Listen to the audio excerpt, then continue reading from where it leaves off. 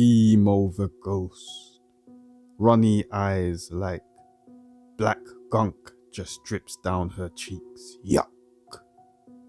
She's like a twist of it that slurps through the streets of East London. She's not something out of a horror movie. She is the horror movie. Strange, uncanny, whatever you want to call it.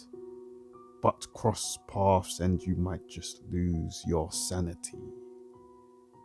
There's turbulence in the air, where cold air just rips through your knees.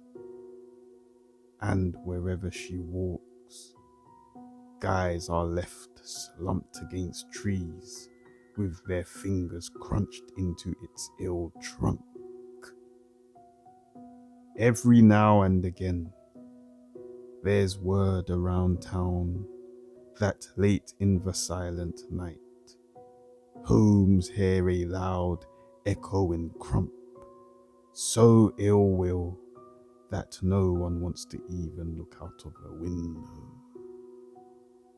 And those who dare see nothing but a rotten mist, smell something like a rancid decay.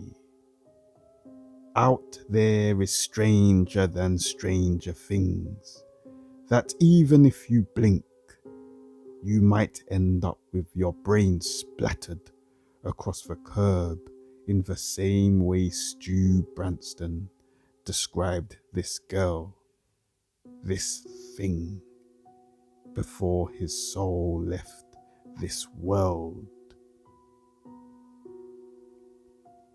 There are rumors that she's human and that her eyes leave her body before its hollow opening disfigures your face. A testimony by Landon the lucky survivor, whose mottled skin and eyes that blister now and again need delicate care. Every day, his screams wrestle with the hallway in the asylum, as the eyes in the pictures seem to protrude and rattle. But all I want to do is itch, because a slithering vermin feels like it's underneath my skin. Once I heard that the patients were carrying out some sort of seance. But funny enough, one of the hospital staff said while this was happening, they saw a girl slither on the wall in the hallway. Then they just vanished into thin air. So it could have just been a glitch in their consciousness, they said. Other psychiatric technicians deemed her loony, said she might as well become a patient and take something that will induce amnesia, so she wouldn't remember that she even worked there. Then you have man like Roy Bentleg Hoxton. He has these weird dents in his neck, and every time he speaks, he makes this airy noise in the middle of his sentence that gives you the creeps. He said one day he was walking down Upton Pane, a road with a long, slight curve that suddenly has this sharp bend in the opposite direction.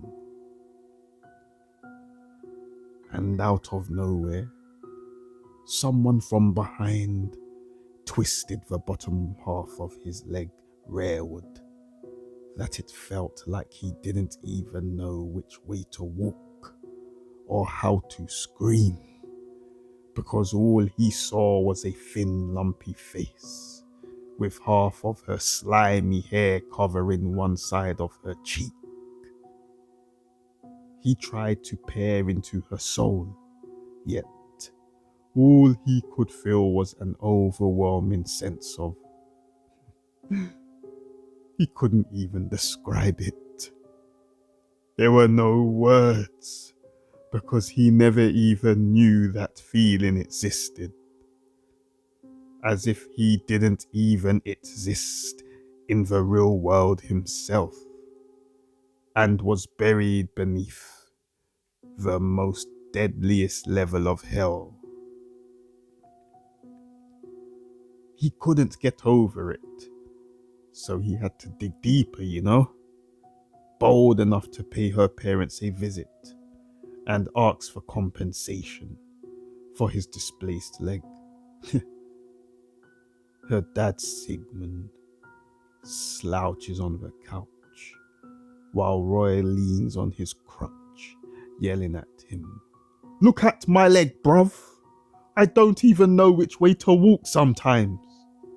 Sigmund shrugs while picking at the mold spores that cut deep into his face. Footsteps in the hallway. Roy shifts his gaze towards the door.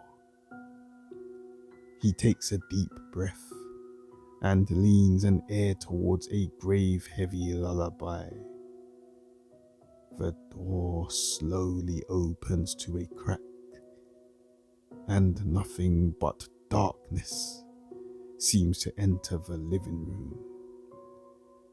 Then Sigmund's wife Beryl walks in.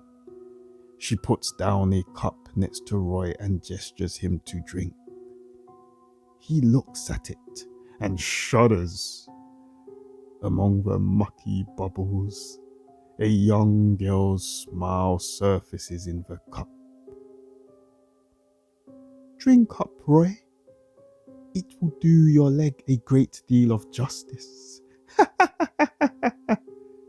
Beryl says with a sardonic grin. Roy writhes in pain and holds his leg. "So what now?" His tone sounds defeated, but Sigmund and Beryl seem to stare through him without a word. He waggles his head and hobbles his way out on the crutch. Sweat trickles down his cheeks as he powers his way into the mist, struggling through the pain. He takes one last look at the house. Sigmund and Beryl stand at the window and wave. "What the?" He squints. Their faces contort into sagging blotches. Their eyes balloon in disgust, and their lips scrunch with a hunch.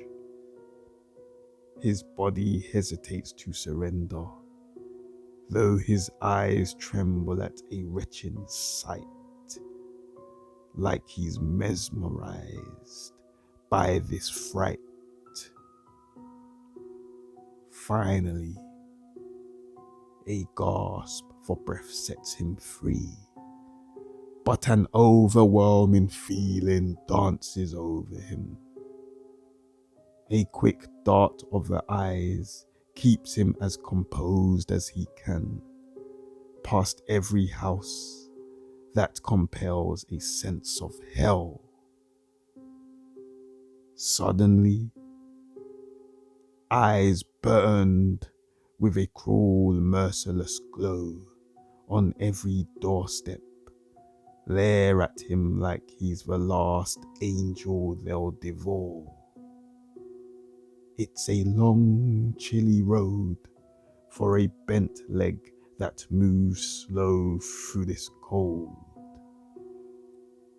His vision blurs as his optics bulge while possessing a paralyzing effect.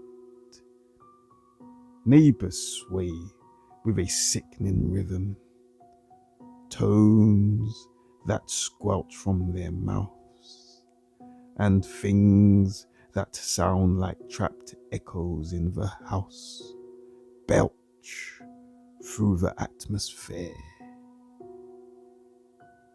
There's no way out now for Roy Bentleg Hoxton. There's just ectomist and funnels of light that shimmer wakes the graveyard, cruddy lips and crooked hips, death grips and corpse skin that evokes horror amnesia.